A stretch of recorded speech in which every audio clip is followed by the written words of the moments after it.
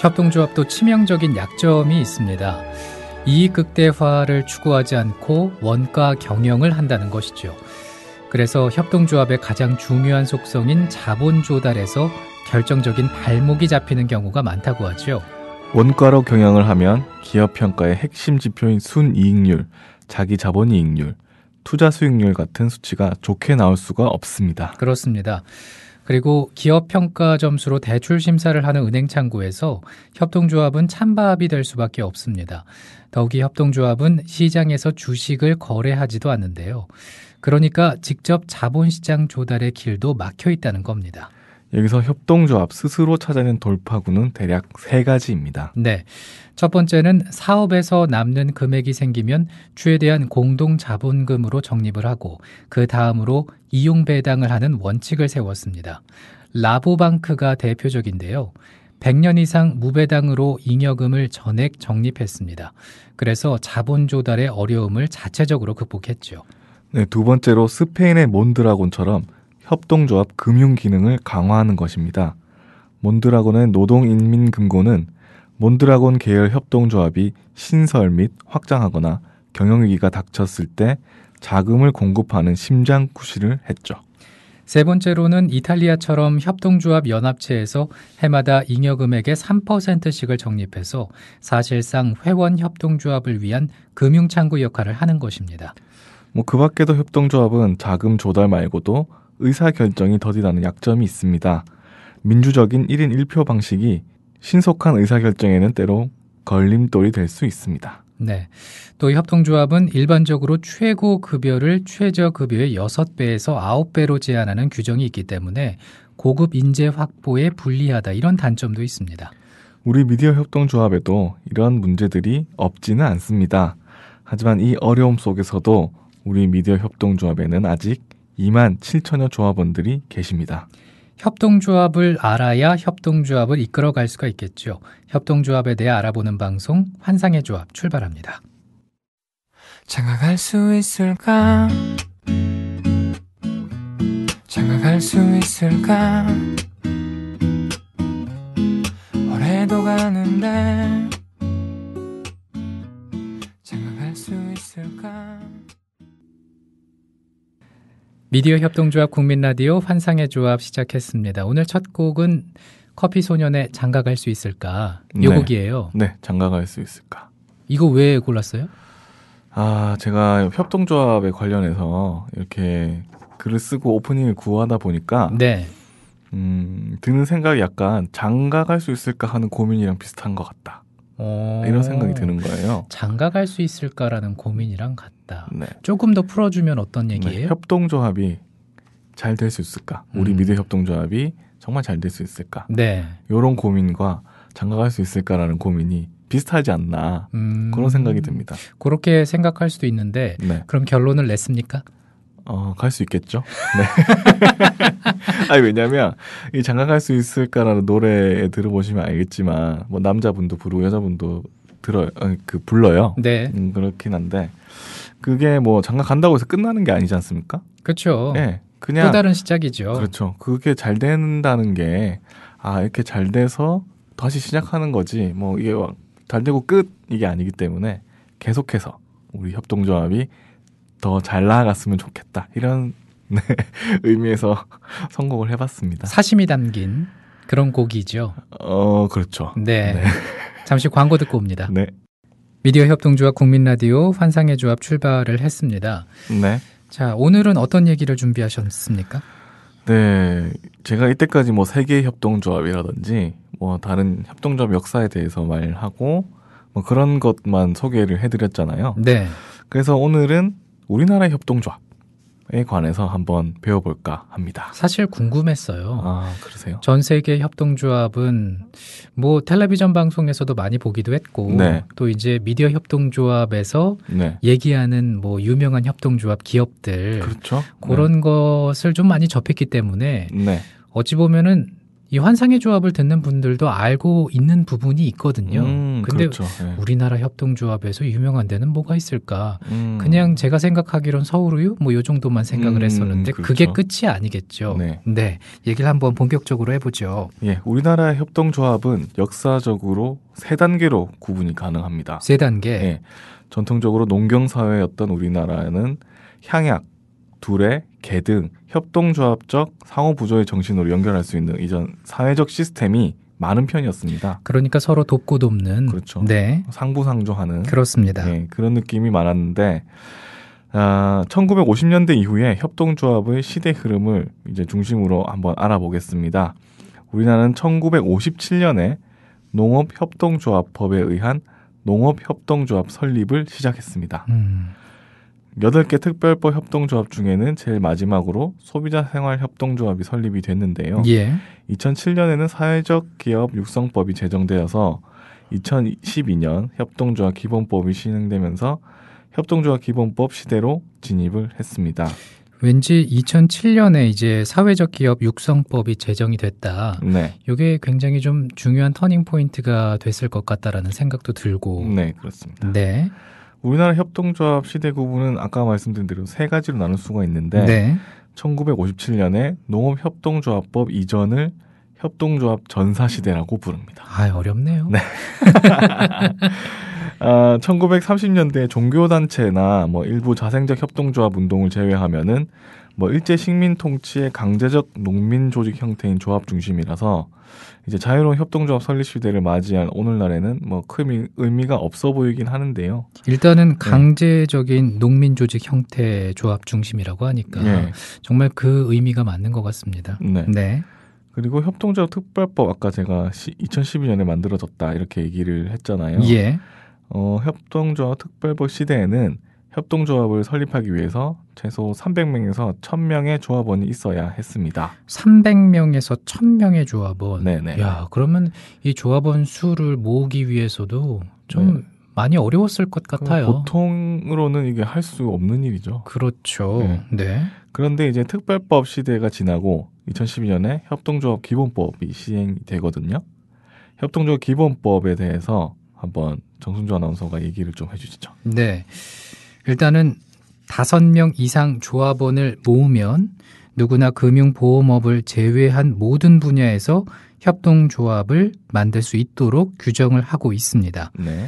여야 합의로 2012년 12월 1일부터 시행이 됐고 3억 원 이상이던 출자금 제한을 없애고 200명 이상이던 설립 동의자를 5명으로 줄이는 등 설립 요건을 대폭 완화한 요게 이제 핵심이라고 볼 수가 있겠죠. 예, 그렇습니다. 네. 그러니까 2012년 말에 협동조합 기본법 시행을 전후로 해서 협동조합의 사회적, 경제적 뭐 이런 비중이 크게 높아졌죠. 정말 그랬겠어요. 네. 네. 아마 미디어 협동조합도 이때부터 시작한 게 아닌가 제가 생각이 드는데. 정말로 뭔가 그 규제의 네. 문턱이 굉장히 낮아졌잖아요. 네네. 일단은 조합원 5명 이상이면 가능하고 네. 그리고 3억 원 이상이던 출자금 제한을 없애고 네. 네. 또 200명 이상이던 설립 동의자를 5명으로 줄였기 때문에 네. 정말 많은 사람들이 협동조합 한번 해볼까 네. 그런 생각을 했을 것 같아요. 네. 그러니까 친한 사람 5명만 있으면 네. 협동조합 하나 만들 수 있는 거죠. 그렇습니다. 네. 그렇다고 지난 50여 년간의 이제 농업 협동조합을 포함한 개별법 협동조합의 역사적 기여도를 뭐 과소평가할 수는 없습니다. 그렇죠. 네. 네. 네. 소비자 생활 협동조합에 의한 소비자 부분과 농업 협동조합에 의한 생산자의 조직화는 상당히 중요한 의미를 지니고 있는데요. 어찌됐든 뭔가 기틀을 좀 그렇죠. 마련을 했겠죠. 네네. 네, 이런 부분들이 한살림 그리고 아이쿱 이거 한번 들어보셨죠? 익숙합니다. 예, 이런 소비자 생활 협동조합은 이제 총 매출액이 수천억 원에 이를 정도로 나름대로 소비 공동체 역할을 해내고 있습니다. 그리고 우리가 협동조합 기본법상 이제 협동조합을 배우고 배울 만한 사례가 있는데요. 서울 우유 협동조합, 그리고 햇살의 협동조합, 그다음에 도드람 양동 협동조합이 대표적입니다. 네. 그리고 지역에는 강원도 원주시를 활동 무대로 하는 원주 협동사회 경제 네트워크 협동조합 뭐 이런 것도 있고 그래서 지역 개발도 가능함을 보여주고 있습니다. 네. 그러면 이제 이 앞서 말씀해주신 여러 협동조합에 대해서 네, 자세하게 좀 살펴봐야 되는데 네, 노래 한 곡 듣고 얘기하죠. 네, 알겠습니다. 쉽게 받아들일 수는 없겠지만 우린 이대는 단지 과정일 뿐이야. Yeah, 단지 과정일 뿐이야.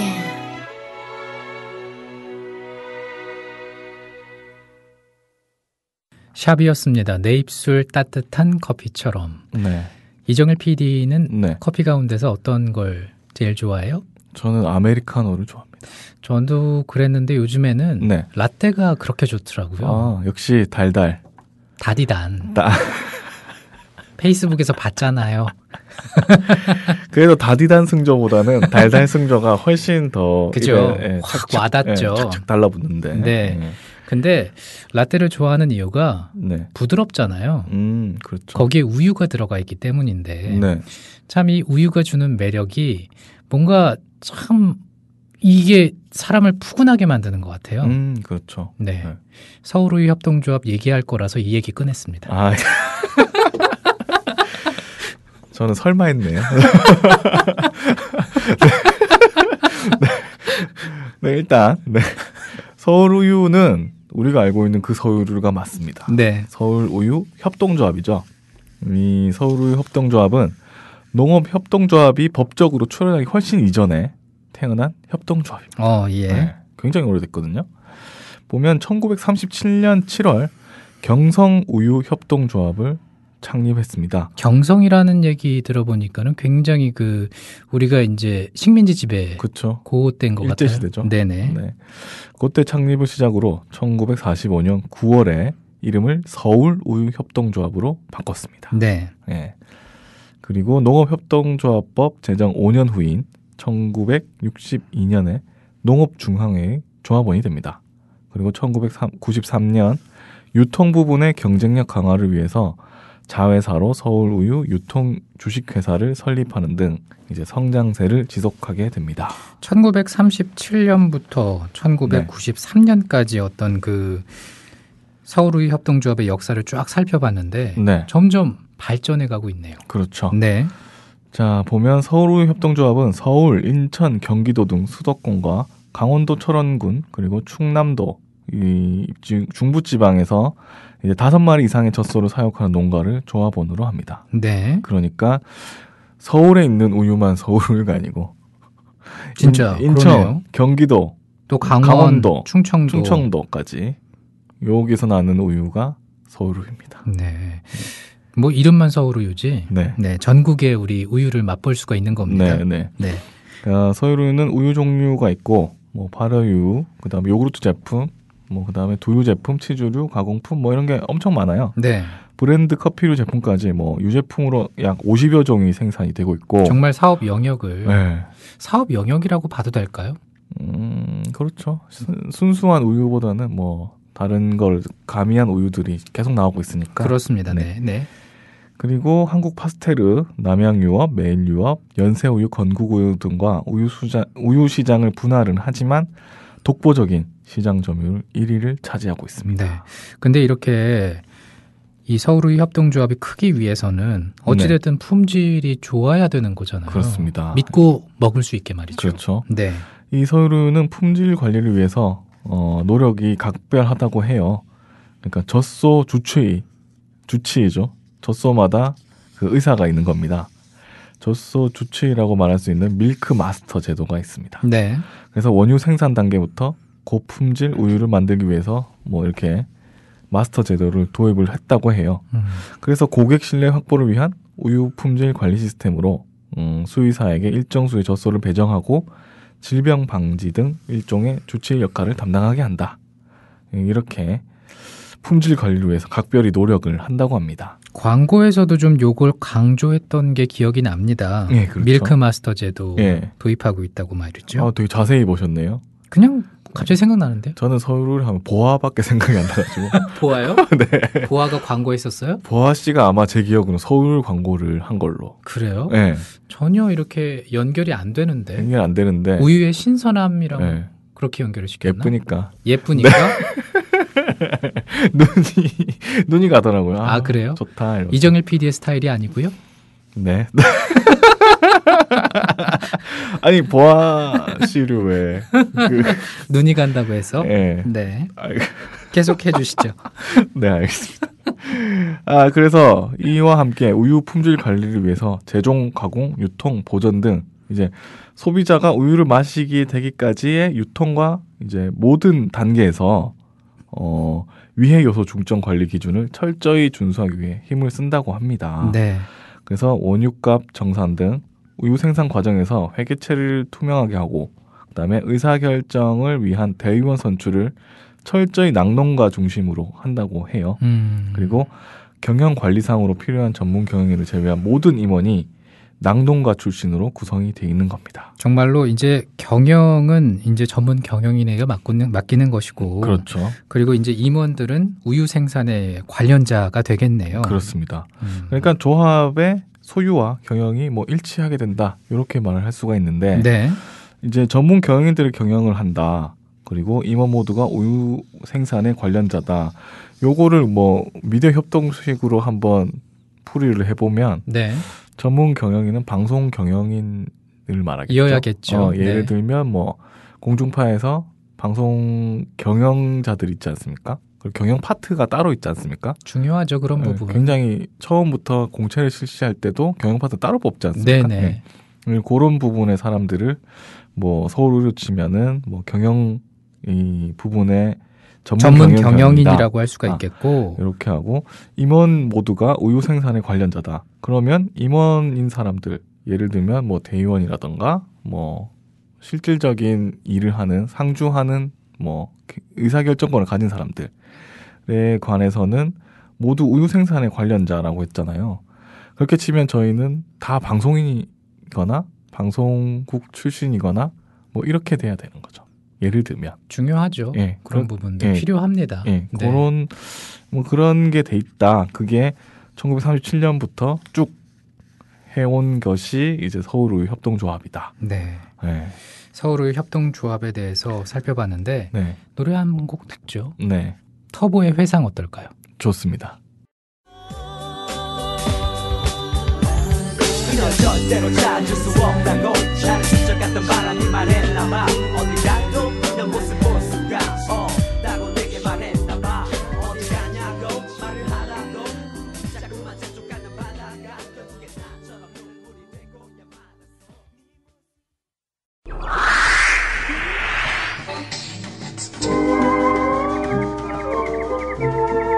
Hey man, it's me, Bart Simpson.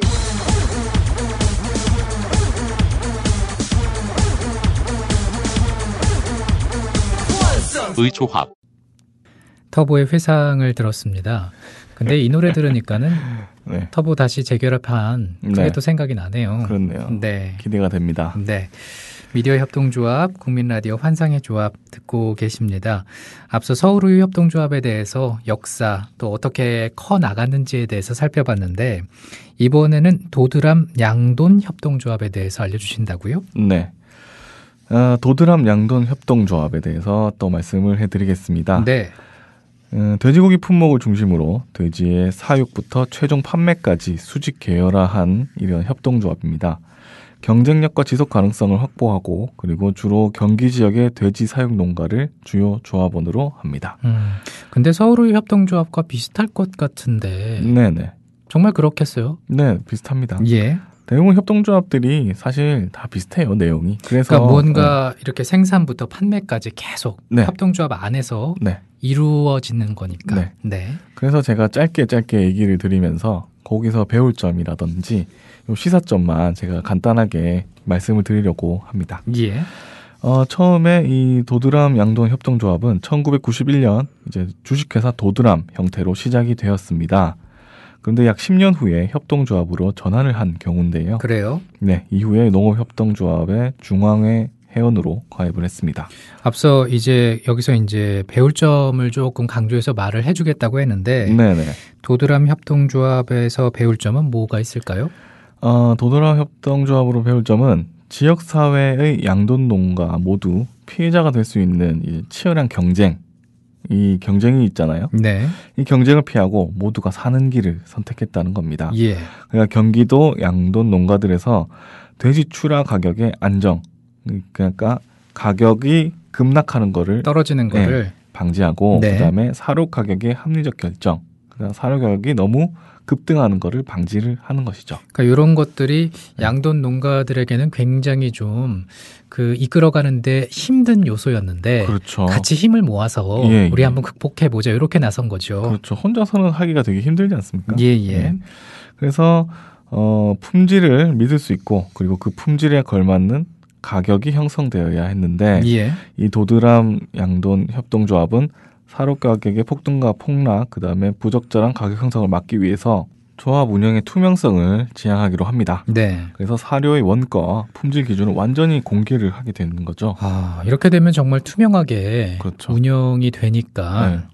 뭔가 이렇게 좀 부정으로 혹은 네. 좀 이렇게 자기의 이익을 위해서 네, 편법을 쓸 수가 없잖아요. 그렇죠. 품질이 좋아질 수밖에 없겠네요. 사실 이 투명하게 공개한다는 것이 굉장히 어려운 일입니다. 왜 그런 거죠? 일단 정보를 투명하게 공개한다는 것 자체가 부담입니다. 네. 어떤 협동조합이든 어떤 기업이든 뭐 모든 걸 다 투명하게 공개를 하면 뭐 장점, 단점이 다 한 번에 확 드러나지 않습니까? 그렇죠. 네, 그렇게 되면 뭔가 단점 같은 경우에는 뭔가 괜히 보여주기 싫은 그런 점들도 보여나게 될 텐데, 근데 이제 여기는 도드람 협동조합은 예, 완전히 다 공개한 거죠. 사료 원가, 품질 기준 완전히 공개하는 거죠. 예. 물론 이렇게 하면 사람들이 믿고 할 수는 있습니다. 그렇기 때문에 잘 되는 거겠죠. 어찌됐든 성공 요인 가운데 하나라고 볼 수가 네. 있겠죠. 그렇습니다. 네. 자, 이번에는 복숭아의 명가라고 할 수 있는 햇살의 협동조합이에요. 네, 햇살의 협동조합에 대해서 또 알려드리겠습니다. 이 복숭아 생산자 협동조합이죠. 햇살의 협동조합은 햇살의 브랜드를 성공적으로 정착을 시켜서 농협의 산지유통 1520 프로젝트 종합평가 대상을 수상하고 나아가서 국가 브랜드 대상 및 농식품 파워 브랜드 대전 대통령상을 받는 등 유명 브랜드로 부상을 했습니다. 저도 이 햇살이라는 브랜드 알거든요. 아, 그래요? 품질이 아주 좋고 오, 그리고 복숭아의 당도가 네. 아주 그 뭐라 그럴까 일정하게 고르다. 아, 그래서 믿고 먹는 네. 네 그런 걸로 기억하고 있습니다. 저도 마트에서도 보고 네네. 했거든요. 네네. 그런데 이게 이건 줄은 몰랐어요. 이게 음, 협동조합에서 나온 이런 건 줄은 몰랐어요. 저도 지금 그렇네요. 지금 생각해 보니까. 네. 네. 협동조합하고 이렇게 연관을 시키지 못했는데, 그런데 뭐 이렇게 보면 과일이잖아요. 복숭아가. 그 외국 브랜드가 하나가 생각이 나는데, 선키스트. 그렇죠. 네. 네, 미국의 오렌지 협동조합 선키스트가 있습니다. 이 뭐 햇살 협동조합하고 선키스트 협동조합하고 둘 다 과일을 대상으로 하는 품목 조합인데요. 여기에서 뭔가 떠오르지 않습니까? 태양? 뭐 예, 그런 걸 물어요. 그거는 선 그렇고 이제 과일 협동조합이다. 네. 여기에 약간 공통점이 있다. 뭐 제가 이 아주 말이고. 1차원적으로 생각했군요. 제가 더 1차원적이죠, 사실. 아까 얘기를 해놓고 제가 떠오르는 걸 물어봤으니. 네. 근데 차이점도 약간 있는데. 뭐예요? 한번 보시면은, 이제 햇살의 협동조합은, 햇살에는 이제 지역 내 복숭아 농가 조직 간 과당 경쟁의 부작용 해소를 위해서 조직화된 겁니다. 그러니까 소속 조합 간의 과당 경쟁을 피하고 복숭아 품질을 향상한다. 이런 내용인데요. 정말 복숭아를 생산하는 농가들이 얼마나 많겠어요. 그렇죠. 우리나라만 봐도 네. 어찌됐든 경쟁을 할 수밖에 없는데 네. 같이 잘 살자라는 의미겠죠. 그렇죠. 협동해서. 네.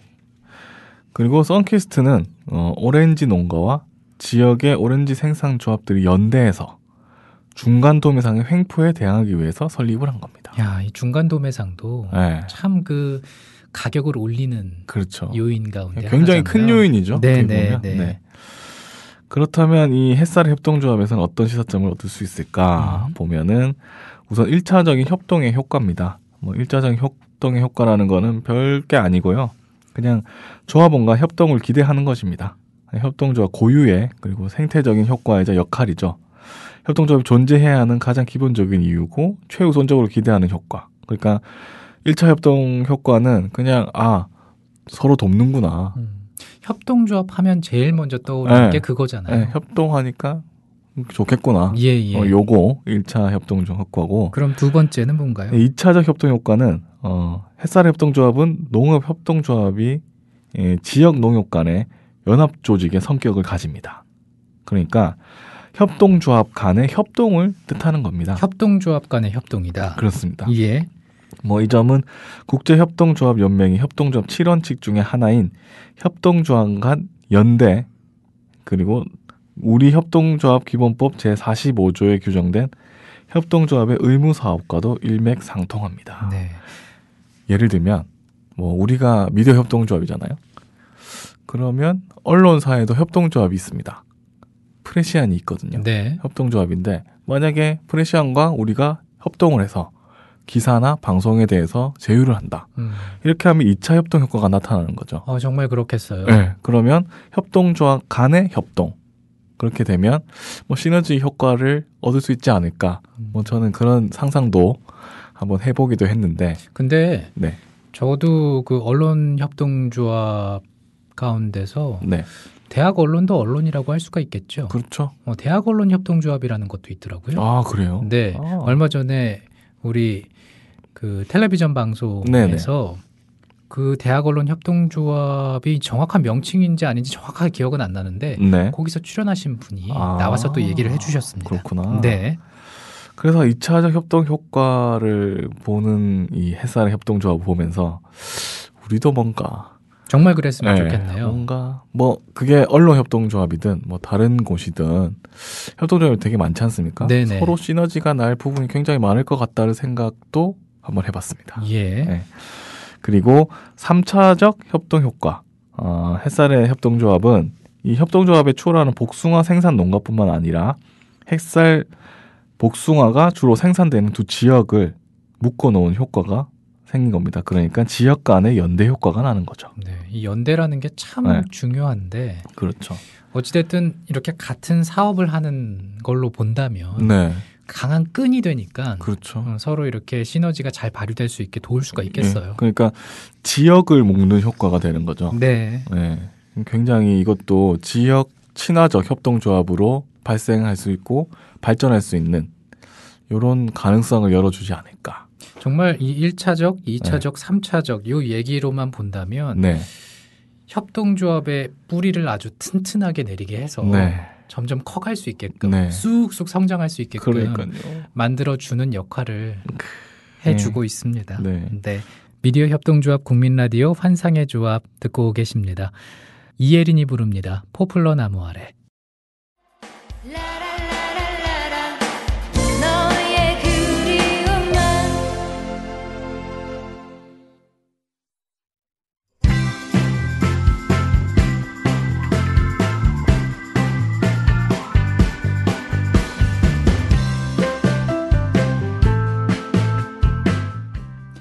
미디어 협동조합 지역협의회 소식입니다.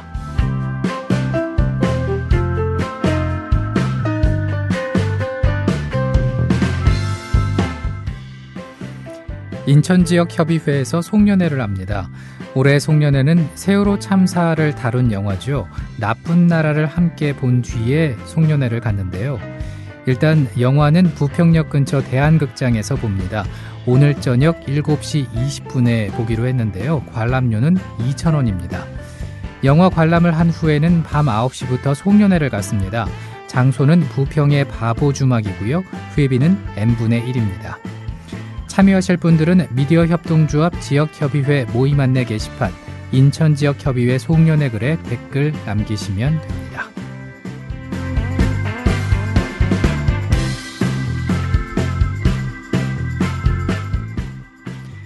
미디어 협동조합 지역협의회 소식에 알리고 싶은 글이 있으신 분들은 미디어 협동조합 지역협의회 모임 안내 게시판에 글 남겨주시기 바랍니다.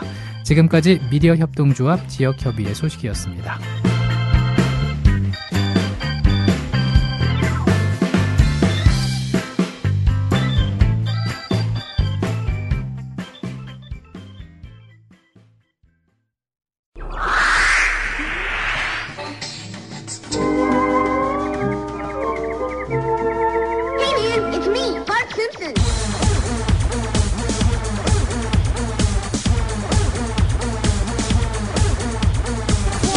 의조합 미디어 협동조합 국민라디오 환상의 조합 함께하고 계신데요. 이정일 PD가 지금 이 타이밍에서 네. 소개할 글이 하나 있다고 제가 네. 알려왔어요. 그렇습니다. 네, 어떤 글이에요? 그 협동조합에 대해서 찾다가 보니까 협동조합에 관한 그 신문 기사 그리고 뭐 사설 이런 게 있더라고요. 네. 근데 보면 기고문이 하나 있어서 음. 여러분과 함께 나누고 싶어서 이렇게 뽑아봤습니다. 네.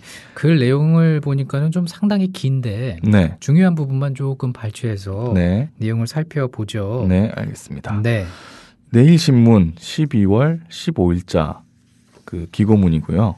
제목은 청소년에게 협동의 가치 가르쳐야 이고 우재영 농협 인천 옹진군 농정지원단장이 쓴 글입니다. 네. 네. 그 중에서 제가 2페이지 정도가 있는데 마지막 한 페이지를 읽어드리겠습니다. 우리나라는 경제협력개발기구 국가 중에서 자살률과 황혼이혼율 1위, 폐륜 범죄율 1위 등을 기록하며 국민들의 행복지수가 낮은 국가가 되었다. 우리는 어떤 노력을 해야 할까? 아담 스미스의 경제학은 인간이 이기심에 따라 행동하면 가장 효율적인 성과를 얻을 수 있다고 주장했지만 천재 경제학자 내시는 죄수의 딜레마 이론에서 개인이 이기적인 선택을 했을 때 사회 전체적으로는 최악의 비효율적인 결과가 나온다는 것을 간단히 증명했다. 우리나라에 만연한 경쟁만능주의 교육의 폐해는 2010년 한국청소년정책연구원이 발표한 연구에서도 드러났다. 국제교육협의회 기준에 따라 우리나라 청소년들의 사회적 상호작용 역량 수준을 비교한 결과 1점 만점에 0.31점으로 OECD 36개국 중 최하위권인 35위를 차지했다. 특히 사회적 협동과 관계 지향성 항목에서 0점을 취득했다. 야, 35위를 차지했다는 게 굉장히 충격적인데 그렇죠. 다음 부분은 제가 한번 읽어보죠. 네. 반면에 협동조합이 발달된 북유럽 복지국가 덴마크, 노르웨이, 스웨덴, 핀란드 등은 매년 우수한 성적을 기록하고 있다. 2008년 세계적 금융위기 이후 협동조합에 대한 관심이 다시 높아졌지만 우리 사회 일부의 사람들은 여전히 협동조합의 이상과 강점을 배우거나 이해하려 하지 않고 비아냥거리기도 한다. 그러나 자라나는 청소년들에게 협력과 협동 가치를 확산하는 교육을 하고 청년들이 협동조합을 통한 창업을 할 수 있도록 지원해서 저성장과 양극화 문제, 청년 실업과 노동시장의 인구 절벽 문제 등 현안을 슬기롭게 돌파하길 기대한다. 협동조합 선진국으로 변모하는 과정에서 돈보다는 사람이 중심이 되는, 아파트 평수보다 삶의 질이 우선시되는 사회적 분위기도 확산될 것이다. 제가 이 글을 소개시켜드린 거는 예. 우리나라 청소년들이 OECD 36개 국가 중에서 최하위권 35위를 차지했다고 하잖아요. 사회적 상호작용 역량 수준, 특히 사회적 협동과 관계 지향성 항목에서 0점이었다. 그러니까는 이렇게, 이제 협동 정신이 많이 떨어진다 그런 의미로 그렇죠. 봐도 될까요? 결론은 네네. 나 혼자 잘 살면 끝이다. 네. 예. 그것만 배우고 있는 것 같아요. 제 생각에. 그래서 왜 저번에도 말씀드렸듯이 협동조합은 교육을 통해서 같이 이뤄나갈 수 있다. 이런 예. 얘기를 해드렸지 않습니까? 그렇게 하면서 지금 우리가 어떤 사회에 살고 있나, 우리나라 친구들이, 이 청소년들이 협동에 관해서 어떤 걸 생각을 하고 있나 모르겠어요. 앞서 좀 소개를 해드렸지만 네. 경쟁 만능주의에 살면서 이제 교육의 폐해가 그렇죠. 여실히 드러나고 있지 않나 그런 생각을 해요. 네. 근데 이제 협동조합이 발달된 북유럽 국가들, 네. 네, 이런 데들은 우수한 성적을 기록하고 있다라는 게 네. 정말 상반된 모습을 보이고 있잖아요. 네, 그리고 제가 이 글을 소개해드린 더 궁극적인 목표는 그 다음 부분인데요.